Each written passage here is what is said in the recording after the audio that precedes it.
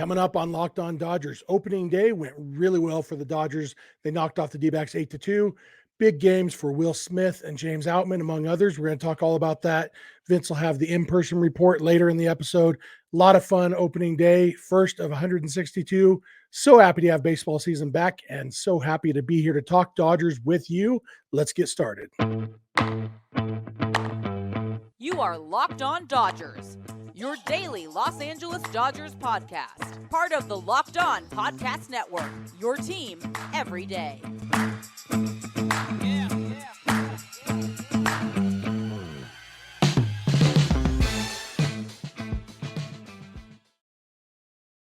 Hey, Dodger fans, this is Locked On Dodgers, part of the Locked On Podcast Network, your team every day.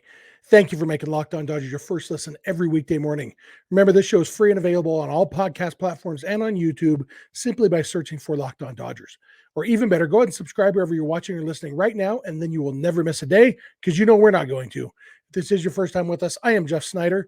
My co-host is Vince Samperio.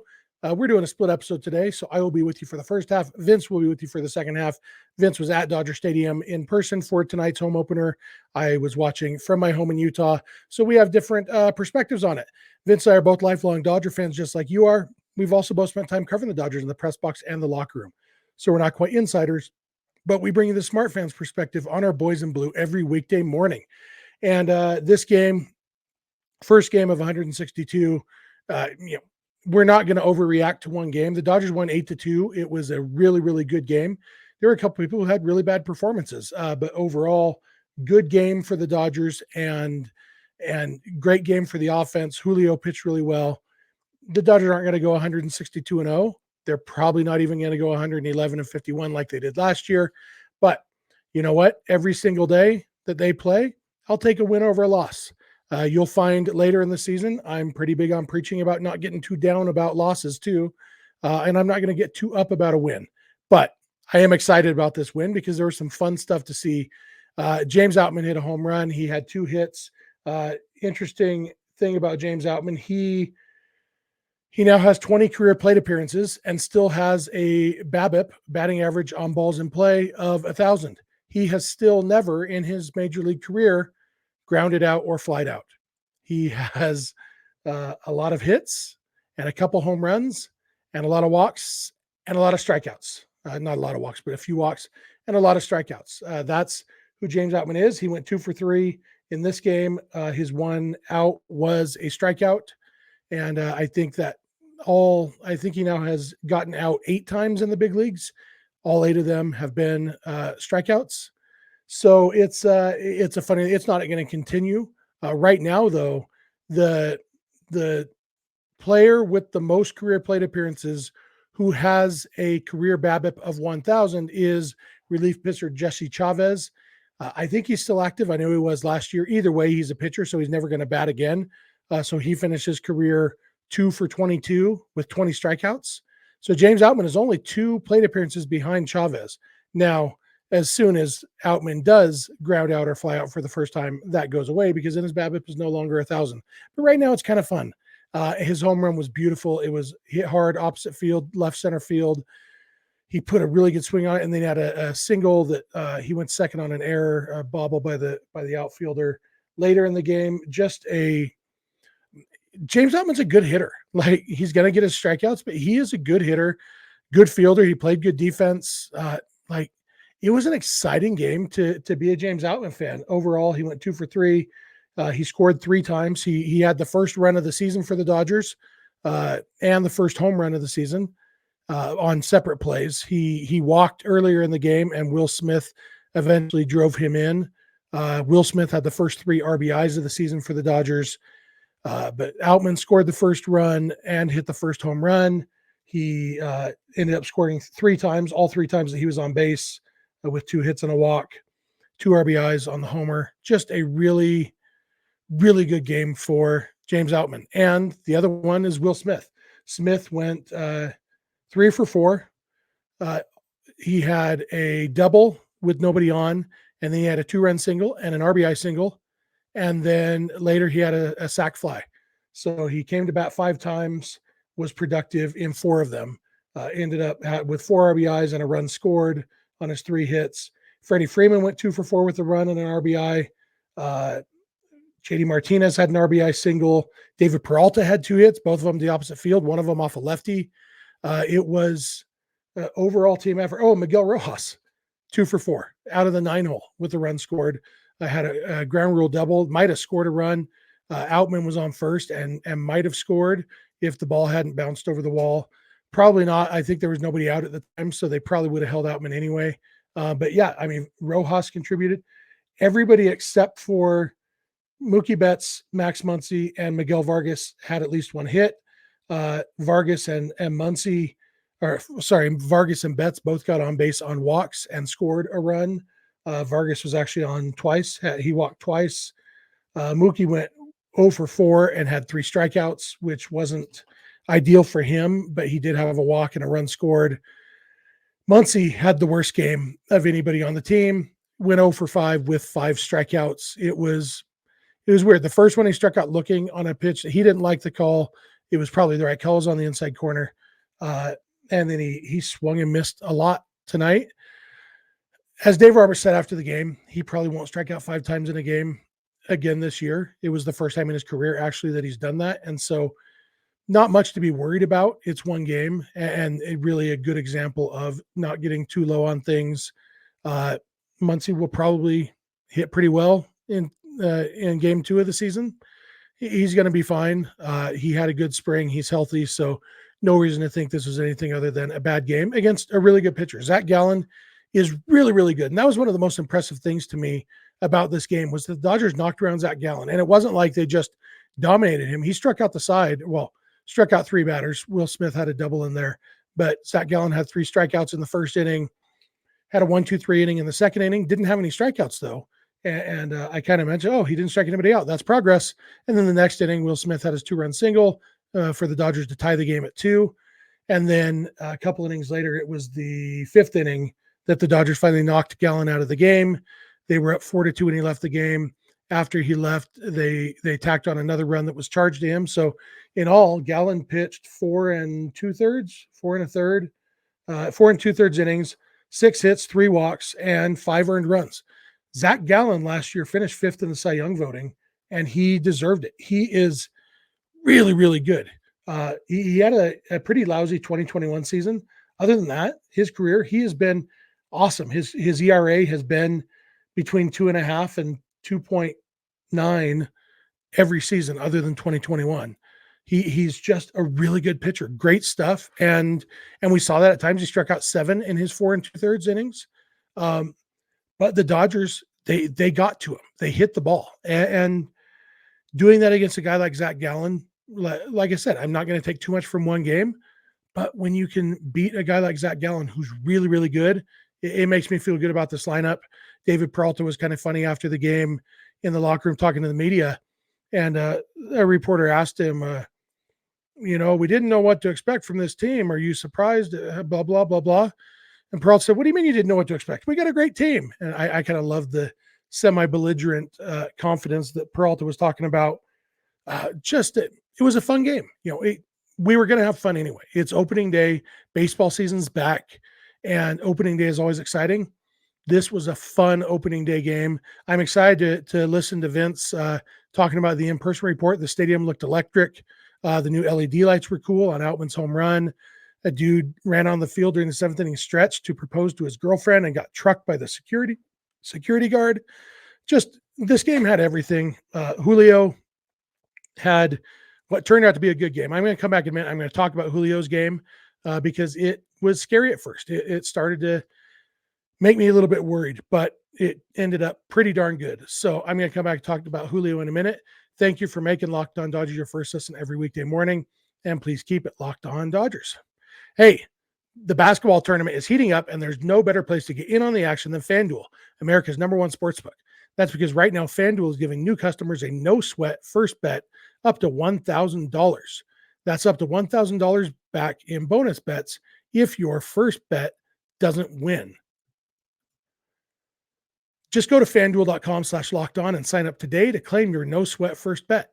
Then you can wager on everything from the money line to point spreads to which team will be cutting down the net, all on an app that's safe, secure, and super easy to use. So don't miss your shot at a no sweat first bet up to $1,000 when you join FanDuel today. Just go to fanduel.com/lockedon to sign up. Make every moment more with FanDuel. All right, I am back. I want to thank you for making Locked On Dodgers your first listen every weekday morning. It really does mean a lot to us. If you're watching on YouTube, we'd love to hear your thoughts in the YouTube comments section. If you listen on the podcast, love to hear from you through social media or email or voicemail or text. Vince will give you all the contact info at the end. As always, you can see my Twitter handle right on the screen right now. If you're watching, it's Snydog, if you didn't know that. Yeah, I mentioned Julio.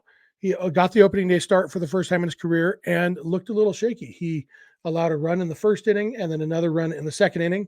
After 2 innings, Dodgers are down 2-0. And it's like, Julio had a couple not great starts in the World Baseball Classic. The first one, he was really good, and then he just kind of fell apart at the end. The second one, he got knocked around at the beginning and then picked it up a little bit. And, I don't know, worried's not quite the word, but I was watching it and I'm like, what's up, Julio? And I had to remember last year, early in the season, people were concerned about his velocity being down. He's had issues in the first inning in the past in his career, a lot of different things to keep in mind with Julio, but I wanted to see him dominate, and I got what I wanted. Starting in the third inning, Julio just shut the D-backs down. He ended up going 6 innings, allowed just those 2 runs, 4 hits, no walks, 6 strikeouts. It was from the third inning on, it was a dominant performance by Julio. Overall, it was a excellent performance, quality start and all that you can hope for from a guy. The offense showed up and helped him out. Obviously, if he had an offense that didn't score for him, he would have taken a loss. Shohei Ohtani didn't allow any runs and still didn't get a win on opening day, which sucks for him. Luckily, Julio's teammates are nicer to him than Ohtani's teammates are to him. Julio got some run support eventually, and he settled down and pitched really, really well. And that's the thing about Julio. Like, he doesn't strike out a ton of guys. About 1 inning is about what you can expect from him. And but he doesn't walk many guys, and he limits hard contact. And that's the thing. Like, I've talked about this several times on this podcast. All the projection systems have Julio due for a big regression this year. And that's because they don't understand soft contact. And not every pitcher is actually capable of consistently inducing soft contact. Julio's been doing it long enough, though, that I believe in it. And doesn't mean it'll work every game, but Julio doesn't need to strike out a ton of guys to be successful, because he gets pop-ups, he gets weak grounders, he gets lazy flyouts. He does his job. Even one of the runs that he allowed tonight was on a lazy flyout. It was deep enough that it scored a run. But and that guy had moved to third on another lazy flyout. And so he gets the weak contact, and sometimes that hurts if there's guys on base, but most of the time it gets the job done. And that's what we saw from Julio. And I think is what we're going to see from him all year, hopefully, is just this guy who's just consistently excellent. And he was playing with some stuff. It was his first game of the season. And so, I wouldn't expect him to struggle as much as he did the first 2 innings in future starts. I think we're going to see another excellent season from Julio. And I think we saw the start of that today. Basically, the stuff looked a lot like the version of Julio that led the National League in ERA last year and finished third in the Cy Young voting. He is really, really good and had a really good game. And then the bullpen, they went to Phil Bickford, because by that point they had a 7-2 lead. They went to Phil Bickford. He was great. 1 inning, no base runners, 1 strikeout. Then they went to Shelby Miller, who struggled this spring, but they have high hopes for him. He was great. 1 inning, no hits, no base runners, 1 strikeout. Then they went to Yency Almonte. 1 inning, no base runners, and game over. Should have had a strikeout. Umpire missed a call. He ended up getting a pop out on that batter instead. But the bullpen was great. The starting pitching was great. And these D-backs, they're going to be good this year. Like, I don't know if they'll make the postseason, but this D-backs team is much improved. And so we kind of get used to saying, oh, well, it's just the D-backs. This D-backs team is good. They've got some really good players. And for me, going back to Zach Gallen, like, Gallen is one of the best pitchers in baseball. and the Dodgers knocked them off. And so hopefully they can keep that momentum going for the rest of the series and, start the season off on a really high note. It's going to be a fun season. It's probably going to be closer in the National League West than it was last year. And that'll make it more interesting, also more stressful. But baseball season's back, folks. And I could not be more excited. This is a fun game. That's going to be it for me. I'm going to turn it over to Vince. Like I said, he was at the game. And so he will have the in-person report about the atmosphere. If you were at the game, we'd love to hear your thoughts in the YouTube comments section or through all of our contact info. Love to hear your thoughts on how the stadium felt. It was a sellout. It was beautiful. I'm excited to hear what Vince has to say. I hope you are too, because Vince will be along in a minute. Yo, Vince here to close out the episode. Like Jeff mentioned, I was at the game last night at opening day, and fun environment to be in, fun game to be at, and here to talk a little bit about in person for the new pitch timer rules and game, in person for the new lights at Dodger Stadium, and just in general being there in person for opening day / night. One, the weather, it was cold. I mean, LA cold. It felt great for me. But when I think of opening day, I think of, first of all, I think of a 1:00 game. Second of all, I think of sun and hot.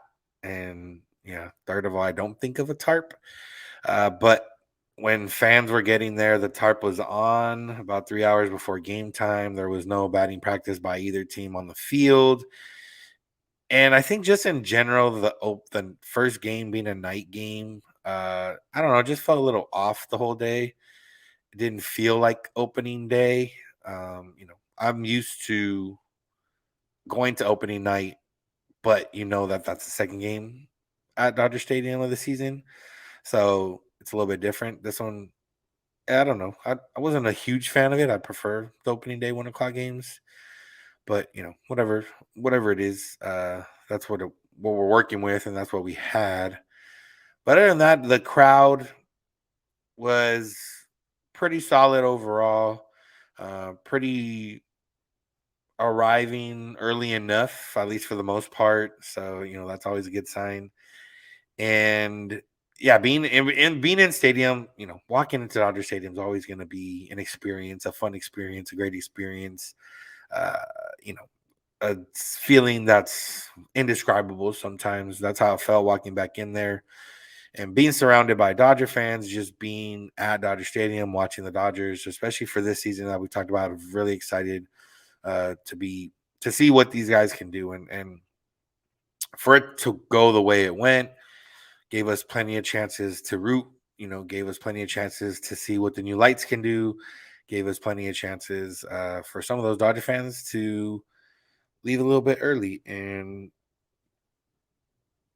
take advantage of a comfortable win.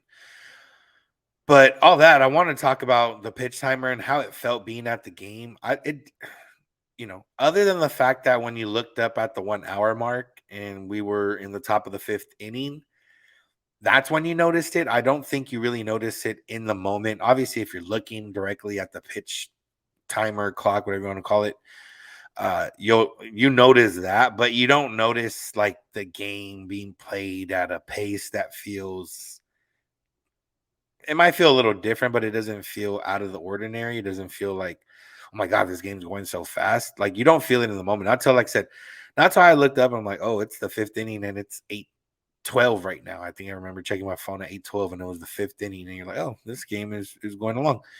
And for me, as someone, when I go to games, if I'm the media, obviously I don't really need to use regular concession lines. And even when I go as a fan, I'm not one to get concessions during the game anyways. I would imagine there were certain areas of Dodger Stadium that had long concession lines. And if you were waiting in those long concession lines, you probably waited an extra inning or inning and a half more than you would normally have, just based on the pace of the game. So I would imagine that's not going to be the most fun thing. I don't know if the Dodgers are going to try to do anything to counteract that, like have more roaming vendors or have more, beverage only type of lines, and then food only. I don't know if they're going to try to do anything to remedy that. I personally won't really have that problem ever because I don't, I'm there to watch the game. I'm not going to go get a, soda in the fifth inning because I'll just wait, or I'll already have stuff that I brought in or stuff that I bought earlier. So, in that aspect, but like I said, for being in person, I didn't really notice the pitch timer. Obviously, the one time when I think Kevin Gunkel on the D-backs, he was setting up too early, and the umpire had to talk to him and gave him a ball violation. And then Torey Lovullo came out and talked to him. That's the only time you really noticed it. But other than that, I didn't, like I said, I didn't notice it in the moment. It didn't deter from anything. I know there's still a lot of people not on board with it. I think it's funny when I hear people not being on board with it and say, oh, like they're taking away the entertainment. If you're talking about a Dodger game as a whole as entertainment, then yes, if games are going to be 30 minutes shorter, last night's game was like 234, 235. If you can counting the whole game as entertainment, then yeah, they're taking away, I guess, that entertainment. Which it's really just the fact of a pitcher sitting there or a batter stepping out more often than not, which isn't necessarily entertainment in the moment. If anything, you get more entertainment. It's like when they make those, Marvel movies, they're 3.5 hours, depending. If you just cut out a lot of the other stuff and just put the action scenes, and the movie's like hour and a half or 2 hours, people are still going to like that movie. And that's the thing with baseball is, yeah, being at the game, I can understand, like, I don't mind being there 3 hours or, 3.5 hours, blah, blah, blah. But you don't really notice it. And you do notice that you're seeing a lot more action, or you're at least seeing a lot more pitches and not as much in between, which I'm fine with. I'm fine cutting down the game 25, 30 minutes if the most of that 25, 30 minutes is seeing a pitcher stand in his motion or stand in his wind or stretch, or seeing a batter step out and adjust his helmet. Like, I'm not really worried about seeing that. And if you're concerned about the amount of time you're spending at Dodger Stadium, then you can leave work a little early and get there early. Like, I don't, for that to be a complaint is not valid enough for me, because if you're saying, oh, we're getting less baseball, no, you're getting the same amount of baseball. You're just getting less in between parts of it, or less dead time in the game. So again, didn't notice the pitch timer. Personally, the game went along 2.5 hours. I'm not mad at that. If I had went straight home after the game, I would have been home by like 10:15 the latest, which is pretty great. So but yeah, the new lights, I'm sure you could notice them on TV when things were happening. I've been to stadiums that have these types of lights already, and it does add. It's a different element, and Dodger Stadium, classic, whatever. But I do like that they're adding these modern touches. They added the newer screens a few years ago, and they're added, bars in the outfield and under the pavilions, and they are adding different things for people that are maybe not going there specifically for baseball, but to have an enjoyable time at Dodger Stadium. These new lights, unless you're someone that has issues with flashing lights, or you're someone that maybe a little bit more old school, I don't really see, there being a reason to not like the new lights. It's cool to see the flashing, the changing of colors. They're able to do different things. Now when they make a pitching change, the pitcher's running in from, or at least that's what they did the first game. We'll see if they do this the rest of the game. But when the pitcher's running in from the bullpen, the lights dim, pretty dark, and they play, forgive me, I'm not a Star Wars person, but they play one of the songs from Star Wars. I don't know what it's called, but and that's a cool little element. Like a pitcher is now coming in. Dodger Stadium is already considered a somewhat hostile crowd, just because you have the 4 levels behind when you're facing home plate. You have field, loge, reserve, and top deck. So those 4 levels, not a lot of places have 4 levels. They might have a 400 section, but not 4 different levels, tiers. Dodger fans, depending who it is or what part of the game it is, or could be a little bit more rowdy, could be a little bit more of that. So you're already facing that. You're already facing a Dodger team that's usually pretty good and usually a strong offense. And now you got to run out with the lights turned down and some ominous music playing. So that part's cool. James Outman hit the home run. We got to see the lights flash there. When the Dodgers win and I Love LA starts playing and there's the flashing lights and everything else. I was a fan of it. I like it. Like I mentioned, I've been to different stadiums already that have that. It's nothing that it's not like, oh my God, my life has changed because of this, but it's a fun element to add. It makes Dodger Stadium feel updated and new and fresh. And I'm sure they'll find different ways to utilize it as the season goes on. And it was cool. I liked it. Other than that, I didn't walk around the stadium too much. I was, with I was with a group of people and, I didn't move around too much. So I know there was a couple new things here and there that I talked about. I didn't really go see them. I didn't see any of the new food options either, but I will say on the asada nachos, the jalapenos are really good. I don't know if they're new or not, or I don't know if it's just one time thing. The asada changed a little bit, and it was pretty good. I liked it, so I can attest to that. But yeah, it was just great to be in Dodger Stadium, and this was one of those games where I didn't move around a lot. I didn't really advertise where I was at, so I didn't really get to see a lot of people. I had people I knew that were there, a group of friends, interacted with them. But as the season goes on, I'll definitely want to be more available to if anyone wants to say hi, what's up, or just talk Dodger baseball. I'm never going to turn down a conversation about the Dodgers. So there's that part of it, and it's never going to get old being there. The game was fun. Will Smith, Jeff talked about all this stuff, but Will Smith had the 3 hits to the right side. That was fun to see. James Outman, actually, where I was standing in the Loge area was behind the family and friends section. So I could see James Outman's family. I believe it was his wife and then maybe parents and sister, if he has a sister. There was 4 people. So seeing their reaction when he hit the home run was pretty cool. That was, just joy.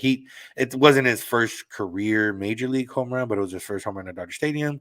Home run in his first start in center field on opening day at Dodger Stadium. Like, it was cool to see that. So yeah, overall, a fun opening night experience. I still would prefer opening day, but that's just the way it goes sometimes. And that's all I got. I will probably be there Saturday for the Freddie Freeman bobblehead. I'll probably be there Monday for the Julio bobblehead. So, if you're out and about and you find me, come say hi and say what's up. And, we'll chat about the Dodgers. So that's going to do it for my part. That's going to do it for today's episode. Thank you all for listening. Thank you for making Locked On Dodgers your first listen of the day every day. Make sure to check out our Locked On MLB preview. It has local and national experts giving in-depth analysis of every team and division in a way only Locked On can provide. Find all 6 episodes on Locked On MLB YouTube or wherever you get podcasts. You can also check out Locked On Fantasy Baseball. You probably won't be able to get help with the draft, but you'll be able to get help with everything else that comes with being a fantasy baseball player. They're also wherever you get podcasts and on YouTube, which is also where we are, wherever you get podcasts and on YouTube. If you search for Locked On Dodgers, which is how you can find us on social media, Twitter and Instagram at Locked On Dodgers. Jeff is on Twitter at Snider. I'm at Vince Samperio. DMs are open on all those accounts if you need to get a hold of us. You can also get a hold of us via email, lockedondodgers@gmail.com, or via voicemail text at 323-863-5625. We are here every weekday morning, and we hope you'll be with us when you get in your car or if you're at home. Tell your smart device, play podcast, Locked On Dodgers. And remember, you don't have to agree. You just have to listen. Have a good one.